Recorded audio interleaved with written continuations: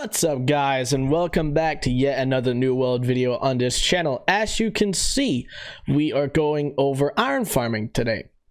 Now, for people that have been watching the New World video content that we have been putting out here on the YouTube channel for, well, since the start of this month, we made an iron farming route here for Everfall, and I said that it would net you pretty much 500 to 1500 iron ore every hour.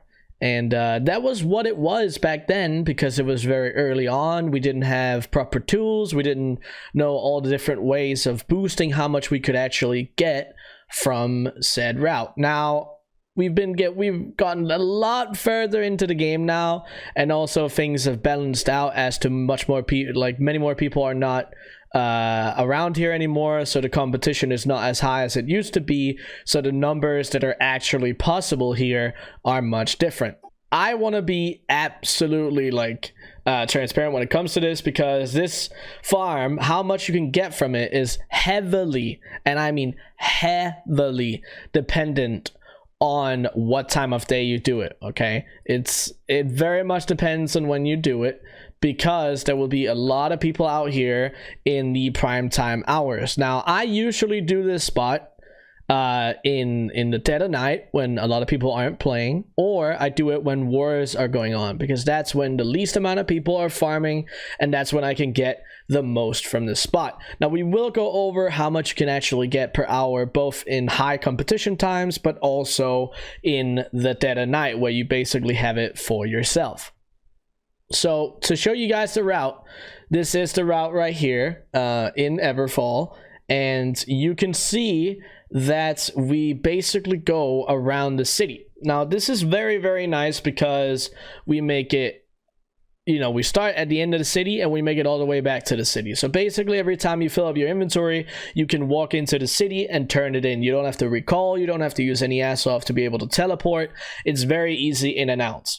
Now, I have added a couple of different things to this route here, and it's basically just dependent on how you want to run it.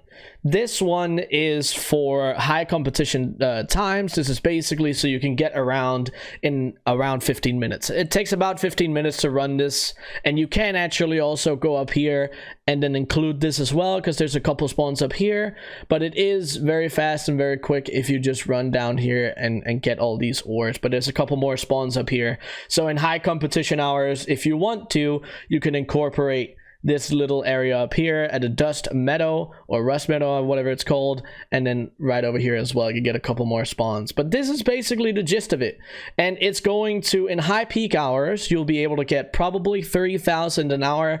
In the middle of the day, that's what I was looking at, around 30,000 to almost 4,000 an hour. Now, we'll talk about how we can increase the numbers in a second. In the dead of nights, I have been able to, you know, at the slowest times where the least amount of people play, when I get almost every single vein to myself, I can get upwards of 6,000 iron every hour.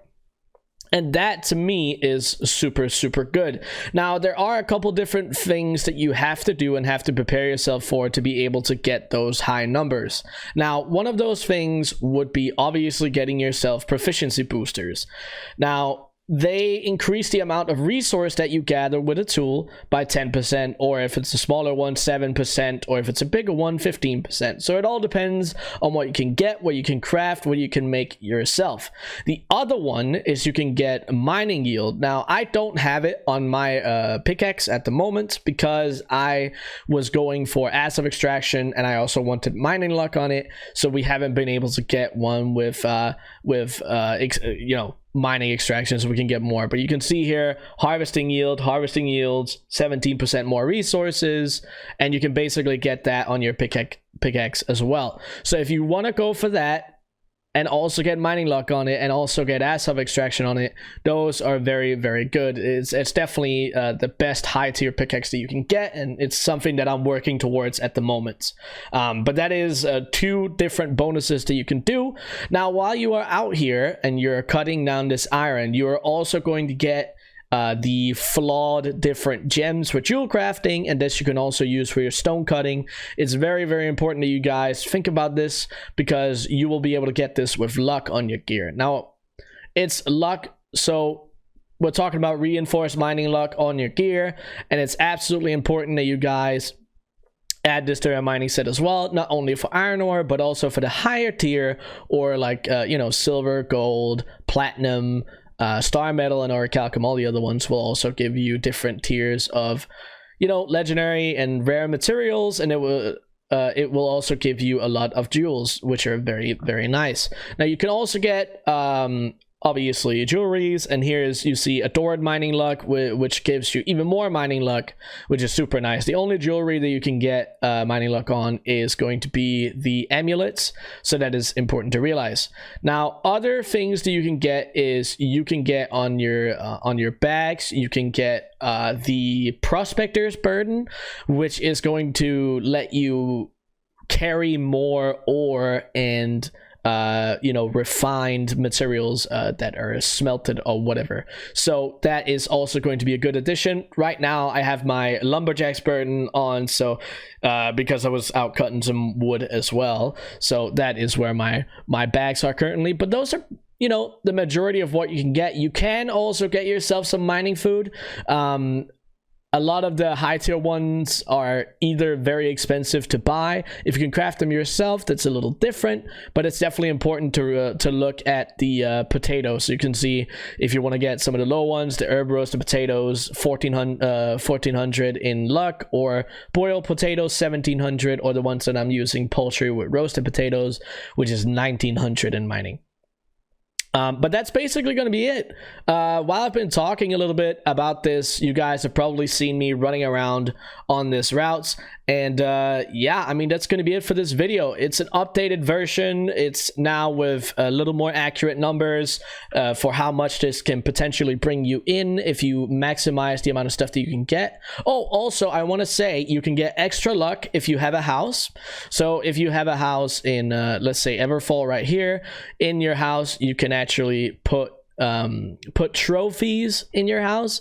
And if you guys don't know what trophies are, they're basically small buffs that you can give yourself, and you can get something like a mining trophy. Now, I did place a mining trophy in my house, and that is something that you guys can think about if you own a house in the, you know, in the respective zone. But that's gonna be it for this video. I hope it helped you guys out, and yeah, we'll see you on the next one, guys. See ya.